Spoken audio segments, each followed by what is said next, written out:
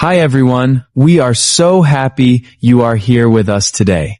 I'm your host, Jason, and today we're going to talk about something that almost every English learner experiences.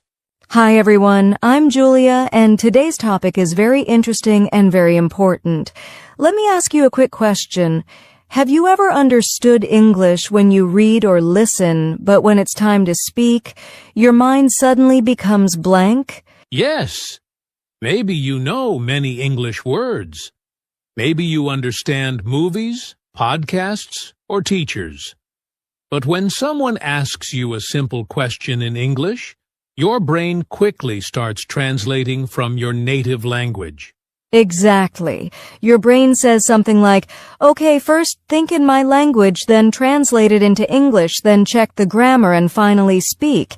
And by the time you finish thinking, the conversation has already moved on. And that can feel very frustrating. Many learners say, I understand English, but I cannot speak fast. Or they say, I always translate in my head. But here's the good news. This is completely normal, and it's something you can change with the right training. That's right. In today's episode, we're going to show you how to train your brain to think directly in English so you don't need to translate every sentence in your mind. We'll share simple techniques, daily exercises, and practical tips that can slowly change the way your brain uses English. So if you want to speak more naturally, respond faster in conversations, and feel more confident when using English, then this episode is definitely for you.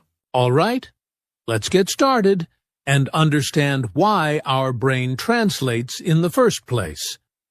All right, so let's talk about the big question.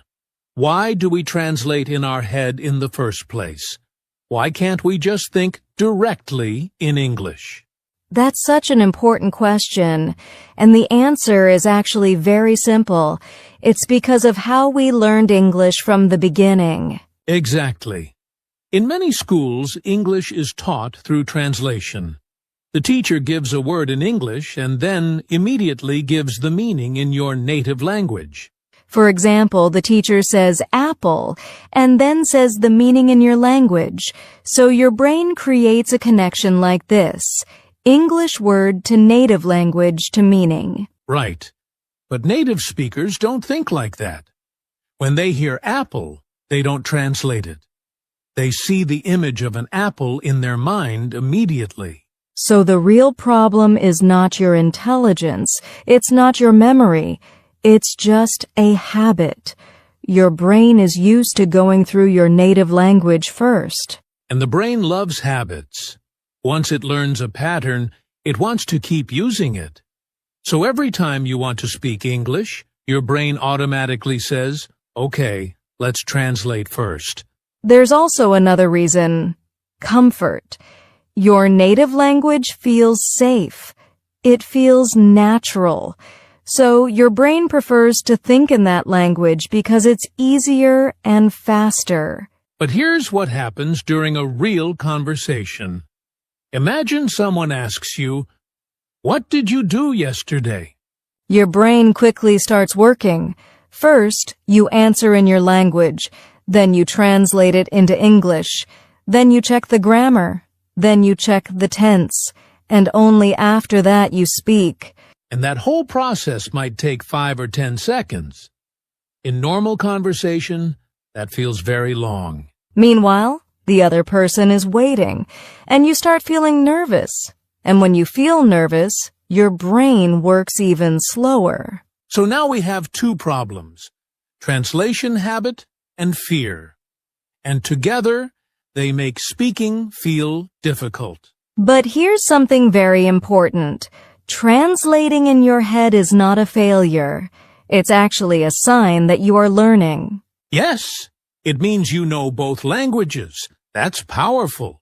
We just need to train your brain to build a new habit, a direct connection between ideas and English. And the good news is this. Your brain is flexible. It can change. It can build new habits at any age. So don't think, I will always translate. No. You just haven't trained your brain the right way yet. Exactly. And in the next part, we're going to explain what thinking in English really means and why it's much easier than you think. All right. So now that we understand why we translate in our head, let's talk about something very important. What does thinking in English actually mean? Yes, because many learners misunderstand this idea. When they hear think in English, they imagine speaking perfect English in their mind with advanced vocabulary and perfect grammar.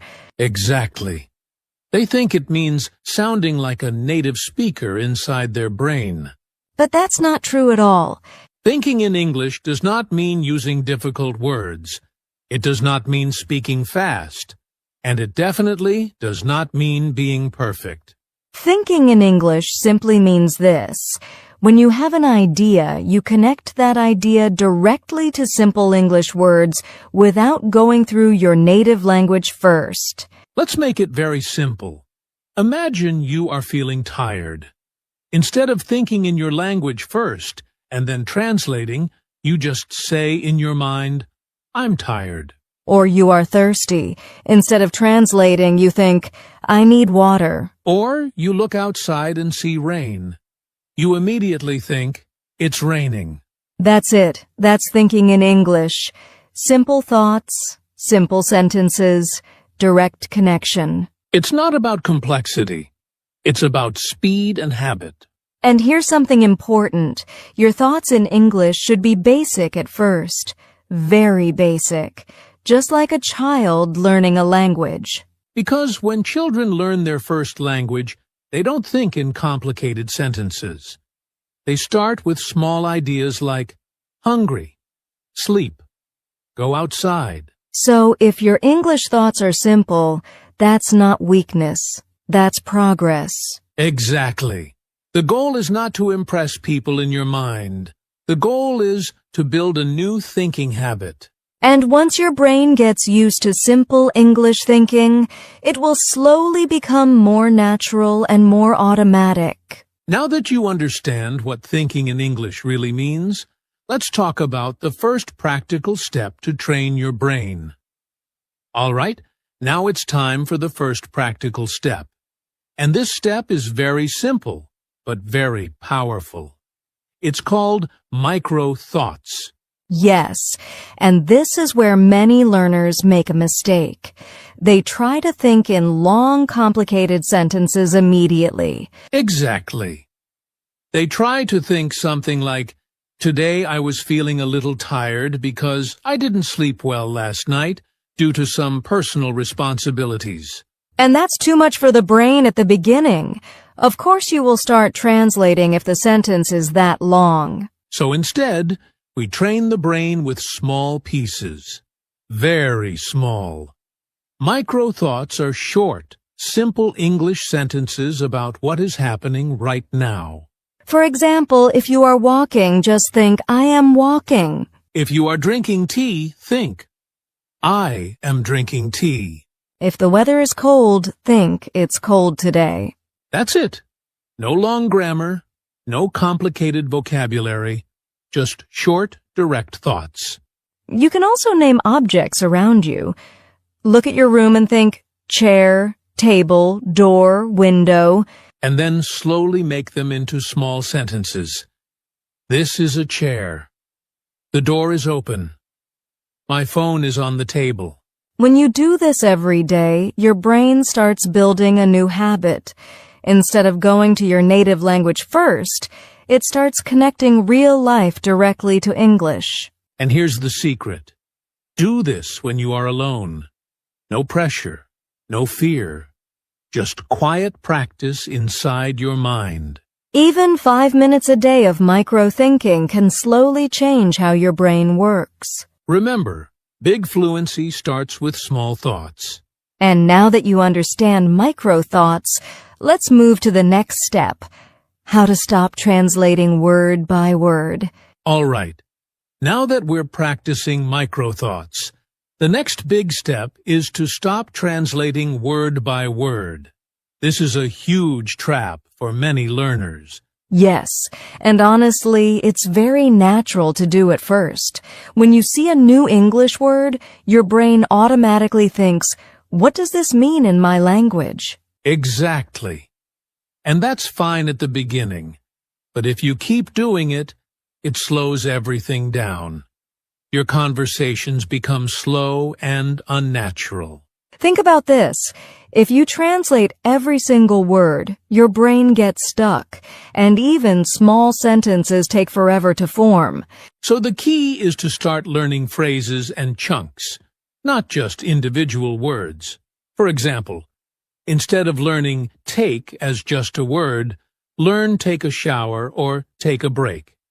Instead of learning make alone, learn make a decision or make a plan. Yes, by thinking in phrases, your brain learns English patterns naturally. You don't need to translate each word anymore. You just recall the whole phrase. Another example, instead of translating, I am going to the store word by word. Your brain remembers it as one complete idea. And here's a tip.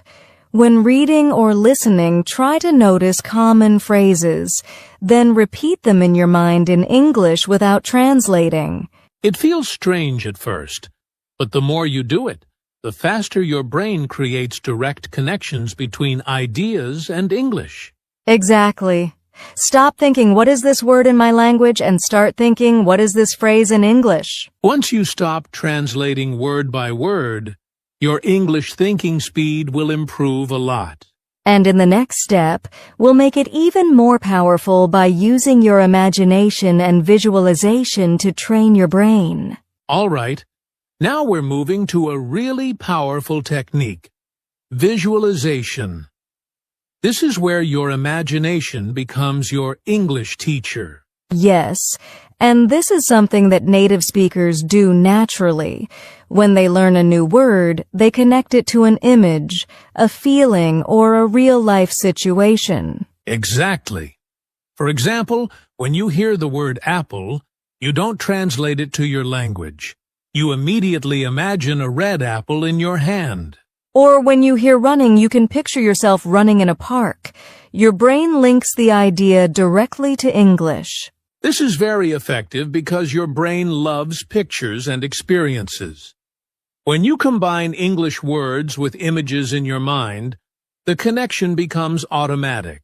You can practice this anywhere. Look around your room and imagine everything in English. This is a chair. The window is open. My phone is on the table. Or create small scenarios in your imagination. Imagine going to the grocery store and think, I need milk. I want apples. Where is the bread? The key is to see it in your mind first, then say it in English. This trains your brain to link ideas directly to English instead of translating. And the best part? You can do this for just a few minutes a day, and over time, your brain starts thinking in English automatically. Yes, visualization makes English real and alive in your mind, not just words on a page. Next, we'll take it further with a simple daily 5-minute brain training routine to make this a habit. All right, now that we've talked about micro-thoughts and visualization, it's time to put it all together with a simple daily routine. Just 5 minutes a day can make a huge difference. Yes, and the great thing is, you don't need hours of practice. 5 focused minutes every day can start training your brain to think in English naturally. Here's a simple routine you can follow. 1-minute object naming. Look around your room and silently name objects in English. For example, table, chair, window. 2 minutes. Actions and daily activities. Describe what you are doing in short sentences. For example, I am drinking tea, I am opening my book, I am sitting down. 1 minute, future planning. Think about your plans in English. For example, I will go to the market, I will study English, I will call my friend.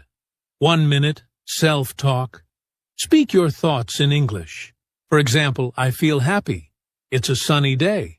I want to improve my English. And the key is consistency. Do this every day, even if it's just 5 minutes. Your brain will slowly start making a direct connection between your thoughts and English. Also, don't worry about mistakes or grammar at this stage. The goal is to think in English first, not to speak perfectly. Exactly. The more you practice this daily routine, the faster your brain will get used to English thinking. And once this habit is formed, speaking English will feel much easier and more natural. In the next part, we'll talk about the mindset shift you need to be okay with simple English and stop worrying about mistakes. All right, we've talked about micro-thoughts, visualization, and a daily routine.